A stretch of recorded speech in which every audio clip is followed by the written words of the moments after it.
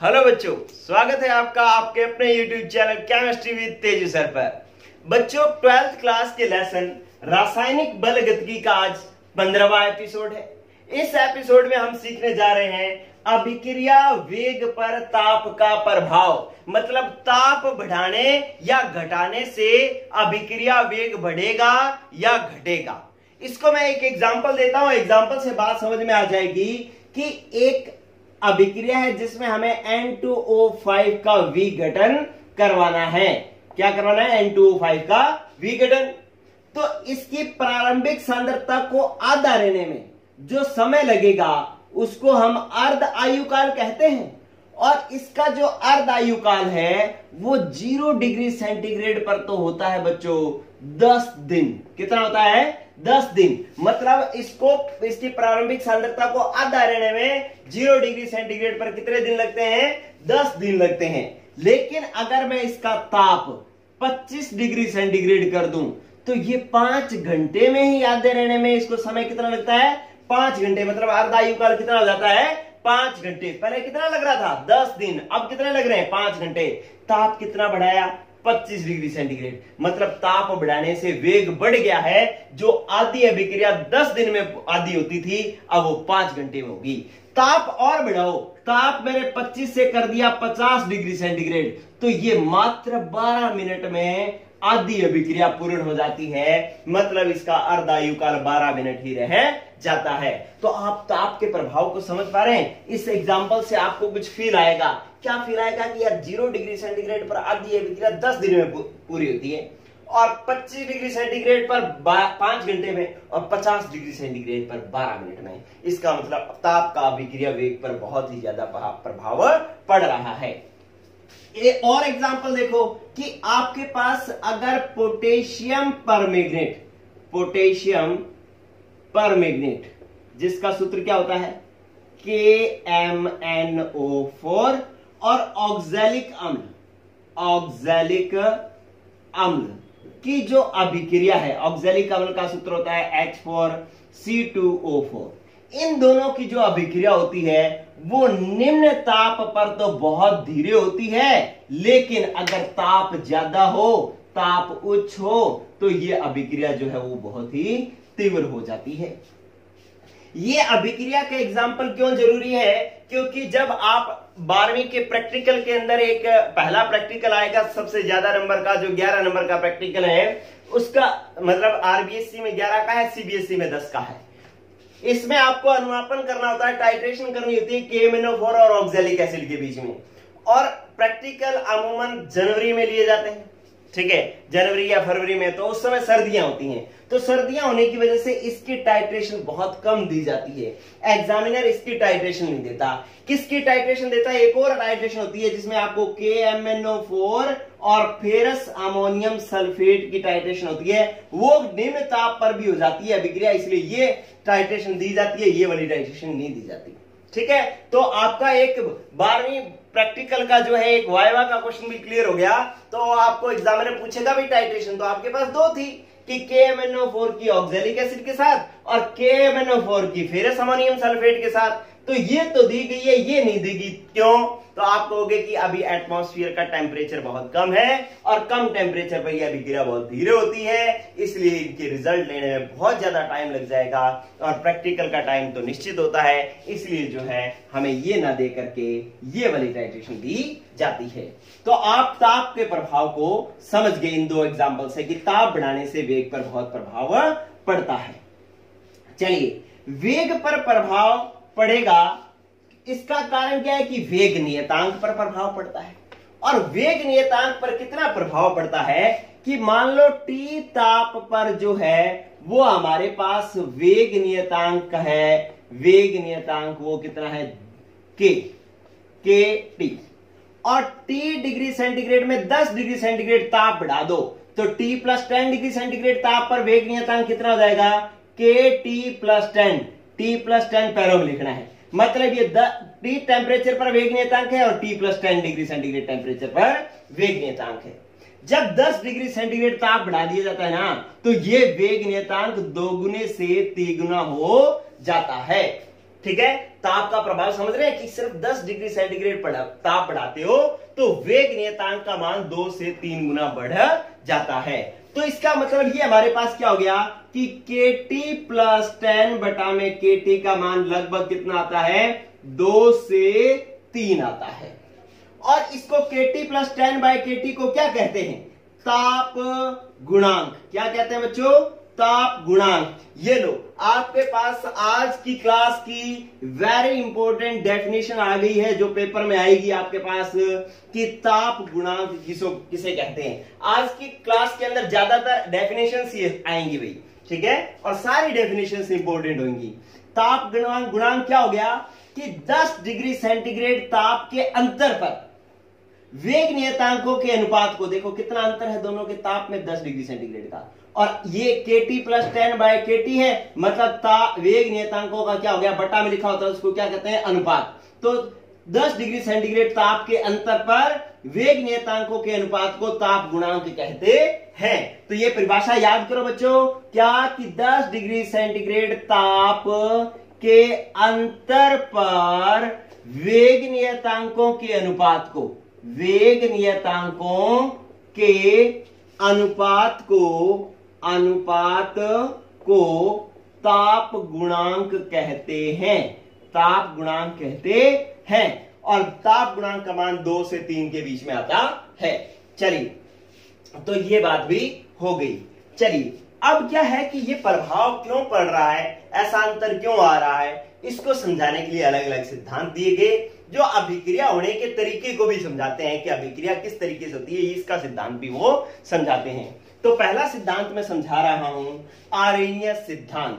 अभी ताप के प्रभाव को ही समझाएंगे आर्रेनियस सिद्धांत के आधार पर। चलिए, हो गया नोट बच्चों, कर दो साफ, स्क्रीनशॉट लेते रहना। ताप गुणांक की परिभाषा वेरी इंपॉर्टेंट, आप पुराने पेपर देखें, उनमें बीच बीच में ये डेफिनेशन बहुत बार पूछी गई है।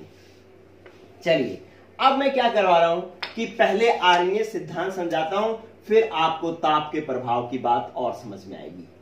आर्रेनियस सिद्धांत, आर्रेनियस सिद्धांत क्या कहता है, बिल्कुल इंटरेस्टिंग, बहुत ही मजेदार सिद्धांत है।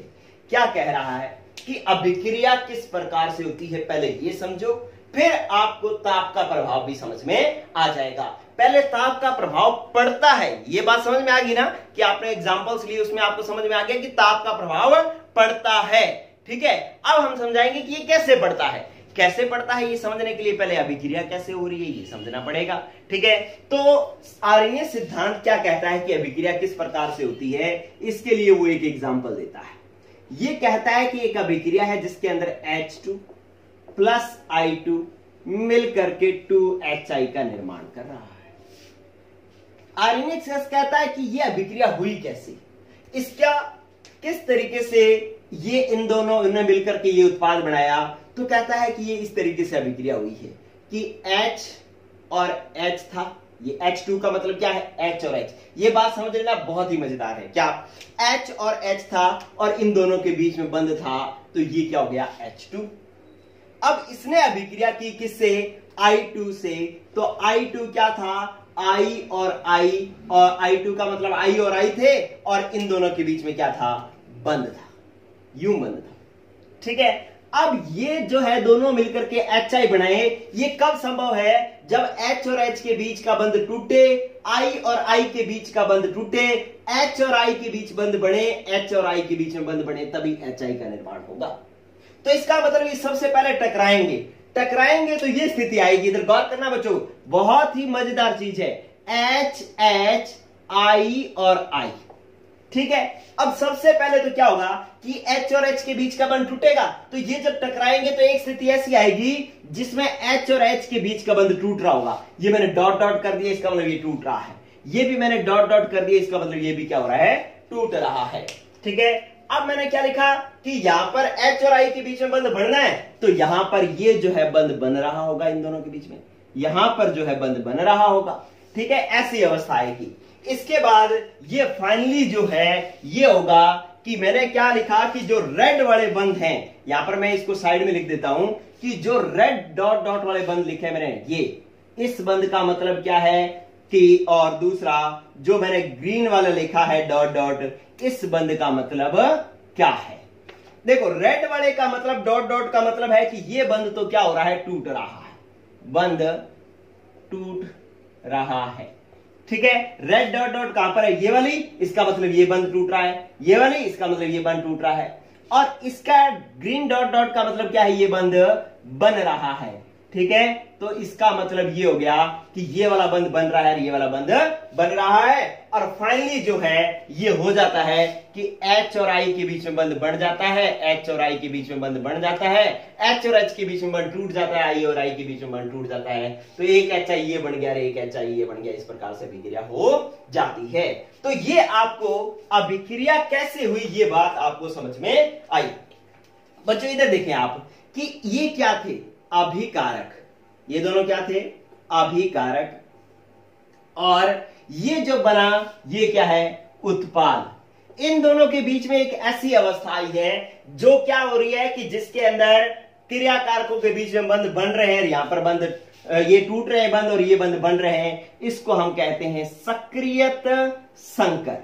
क्या कहते हैं, सक्रियत संकर। ठीक है, अब आप समझे बात को कि ये सक्रिय संकर कभी भी स्थायी नहीं होता, ये थोड़े समय के लिए बनता है और इसे तुरंत उत्पाद में टूट जाता है।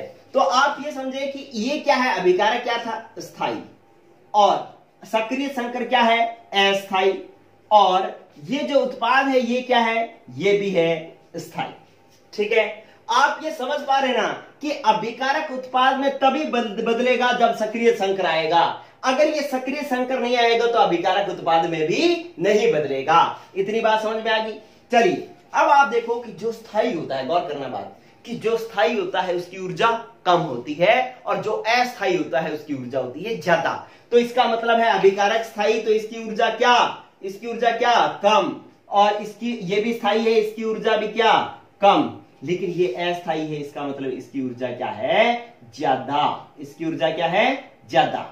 ठीक है, तो ये बात जो है आपको समझ में आनी चाहिए। अब इतनी कहानी समझ में आ गई ना, तो अब आपको ये वाला ग्राफ समझ में आ जाना चाहिए। ग्राफ समझे हम, देखो कि यहां पर ये तो है ऊर्जा और ये है अभिक्रिया, कि अभिक्रिया आगे बढ़ रही है। ठीक है, सबसे पहले कौन थे, H2 प्लस I2 थे, ये दोनों आपस में टकराए और सक्रिय संकर बना। पहले सक्रिय संकर बनेगा, देखो ये दोनों आपस में टकराएंगे, सक्रिय संकर बनेगा, और सक्रिय संकर की ऊर्जा इससे क्या होगी, ज्यादा।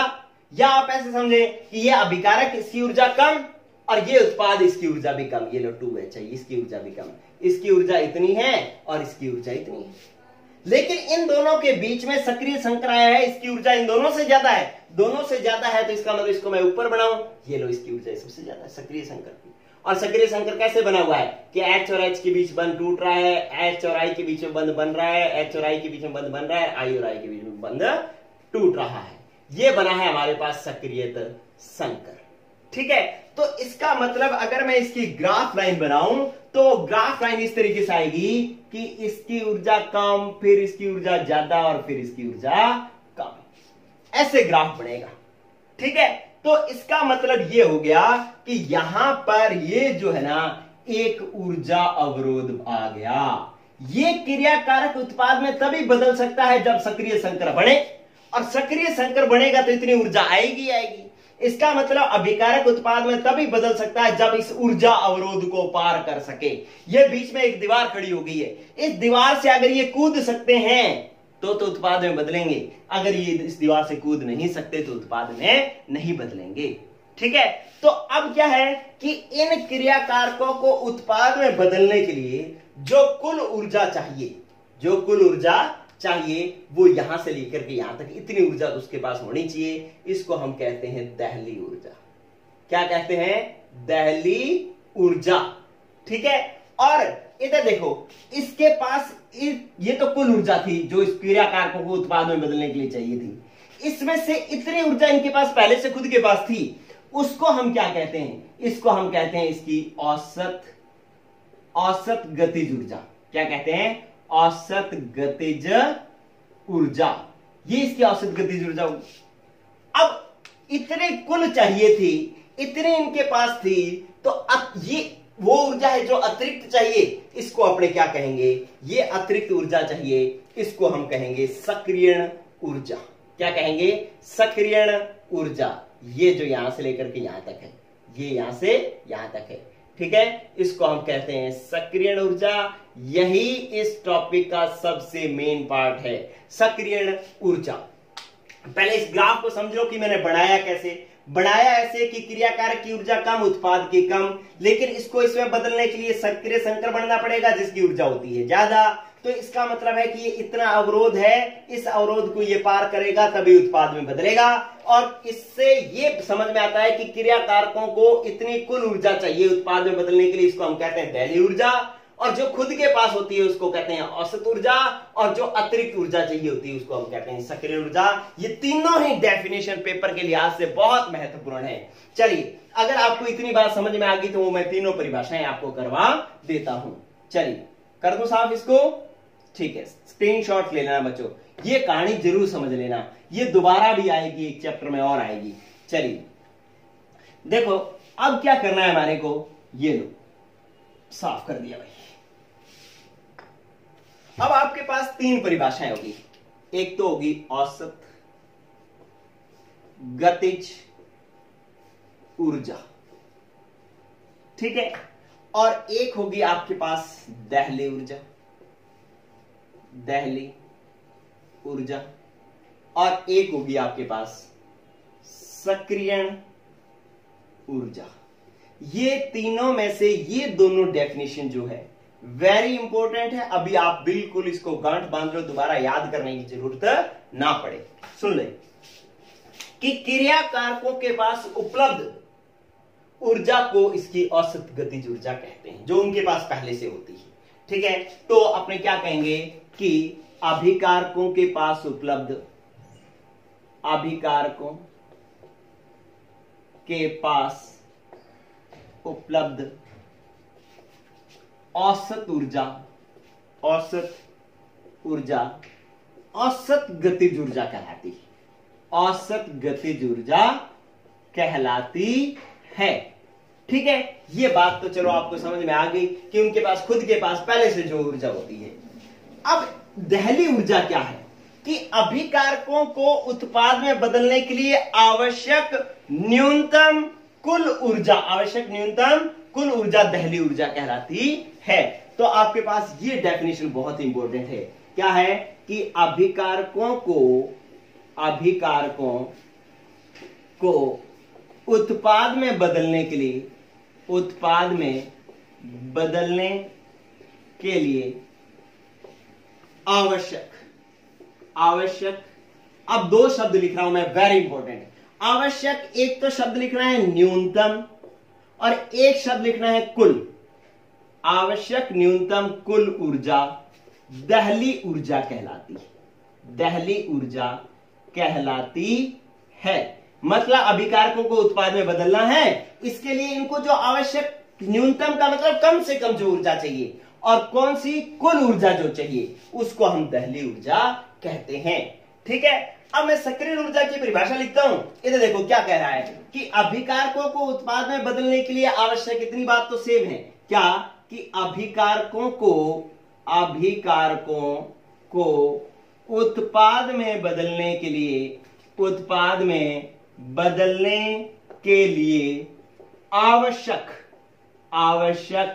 अब देखना बच्चों, यहां पर गौर करना, न्यूनतम अतिरिक्त ऊर्जा, ध्यान रखना। अब अपने कुल नहीं कहेंगे, अतिरिक्त ऊर्जा सक्रियण ऊर्जा कहलाती है, सक्रियण ऊर्जा कहलाती है, ठीक है। तो आप समझ पाए क्या कि अगर आप पूरी परिभाषा में कुल ऊर्जा बोलोगे तो दहली ऊर्जा, अतिरिक्त ऊर्जा बोलोगे तो सक्रियण ऊर्जा, बस दोनों की डेफिनेशन सेम है और दोनों पेपर में यही इंपॉर्टेंट है। कोई कहे कि सर मेरे को तो अभी समझ में नहीं आया, तो समझिए इसको इस तरीके से समझिए, एक बहुत ही आसान तरीके से आप मैं बता रहा हूं, अब हर किसी को समझ में आएगा। क्या है कि मान लो मुझे दिल्ली जाना है, मुझे दिल्ली जाना है और मेरे को 20,000 रुपए चाहिए, ठीक है। तो मैं दिल्ली कब पहुंच सकता हूं, जब मेरे पास आवश्यक न्यूनतम कुल रुपए कितने हो, 20,000। तो मेरे 20,000 क्या है? दहली ऊर्जा। दिल्ली जाने का मतलब दहली ऊर्जा। तो 20,000 तो है आवश्यक न्यूनतम, कम से कम 20,000 तो होंगे, तब आराम से जा के आ पाऊंगा, अदरवाइज मैं वहीं रह जाऊंगा। ठीक है, तो आवश्यक न्यूनतम कुल ऊर्जा जो है वो है दहली ऊर्जा। ठीक है, लेकिन मेरे पास जो है अभी वो है 5,000 रुपए। कितने हैं? 5,000 रुपए। तो मेरे पास जो उपलब्ध ऊर्जा है वो है मेरी औसत गतिज ऊर्जा। अब मुझे अतिरिक्त कितने चाहिए? कुल चाहिए कितने थे? 20,000। मेरे पास कितने थे? 5,000। अतिरिक्त कितने चाहिए? 15,000। कितने चाहिए? 15,000। और मैं कहूं कि ये मेरा अकाउंट नंबर है, इसमें आप सभी लोग जो है 500 रुपए डाल देना, मेरे 15,000 बन जाएंगे, मैं दिल्ली जा आऊंगा। ठीक है, तो जो मुझे अतिरिक्त ऊर्जा जो आपसे चाहिए वो क्या है? सक्रिय ऊर्जा। समझ पा रहे हैं बात कि मुझे दिल्ली जाने के लिए आवश्यक न्यूनतम कुल ऊर्जा 20,000 क्या है? दहली ऊर्जा। मेरे पास उपलब्ध औसत ऊर्जा क्या है? 5,000, जो कि मेरी औसत गतिज ऊर्जा है। अब मुझे अतिरिक्त कितनी चाहिए? 15,000। तो क्रिया अभिकारकों को उत्पाद में बदलने के लिए आवश्यक न्यूनतम अतिरिक्त ऊर्जा क्या कहलाती है? सक्रिय ऊर्जा कहलाती है। अब आपको सबको समझ में आ गया होगा। ये तीनों डेफिनेशंस जो है वो याद हो जानी चाहिए। इनमें से ये दोनों पेपर में अक्सर पूछ ली जाती है, गौर कर लेना इसको। चलिए, तब अब इन बातों के आधार पर ये स्क्रीनशॉट ले लेना बच्चों, वो ग्राफ का भी स्क्रीनशॉट ले लेना।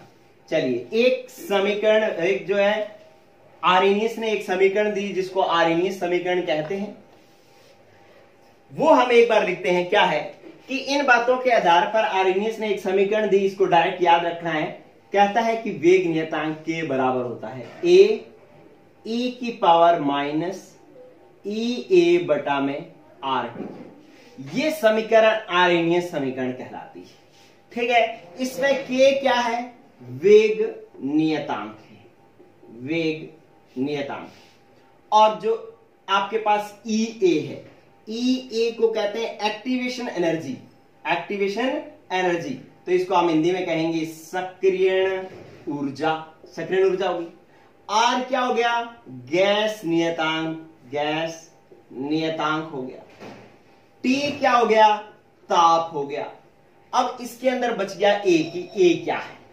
A इधर समझ लें कि A है हमारे पास आर्हेनियस नियतांक, आर्हेनियस नियतांक।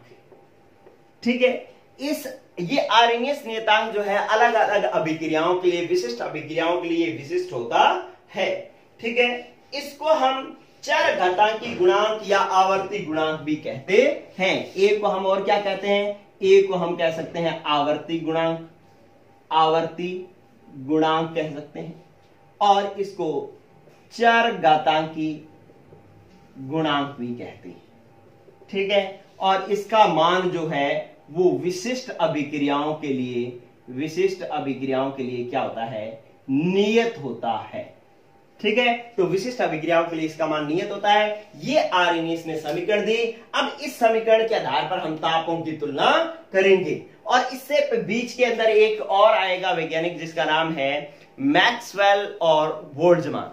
ठीक है, तो ये क्या करेंगे? एक स्टैटिक्स के बेस पर बताएंगे कि ताप बढ़ाने से कैसे वेग नियतांक का मान 2 से 3 गुना हो जाता है, या अभिक्रिया वेग कैसे बढ़ जाता है। अभी तक हमने सिर्फ एक बात सीखी है आर्हेनियस नियतांक से कि यार अभिक्रिया होने के लिए ना एक दो प्रकार की ऊर्जाएं बहुत ज्यादा जरूरी है। एक तो है दहली ऊर्जा जो आवश्यक न्यूनतम कुल ऊर्जा होती है, और एक चाहिए सक्रिय ऊर्जा जो कि बहुत इंपॉर्टेंट है। जिसके पास सक्रिय ऊर्जा होगी वही अभिकारक उत्पाद में बदल पाएगा।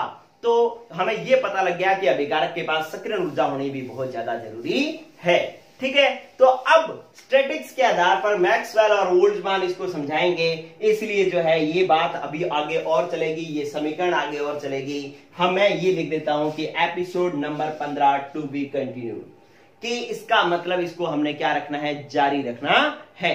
16 एपिसोड में मैं इसी बात को आगे यहीं से लेकर के चलूंगा, और इसको अलग अलग ताप पर हमने वेग नियतांकों की तुलना करनी है। ठीक है बच्चों, आज के लिए इतना ही। अभी ये टॉपिक खत्म नहीं हुआ है, अगले एपिसोड में इसका next part. Okay, good luck बच्चों, पढ़ते रहो, बाय।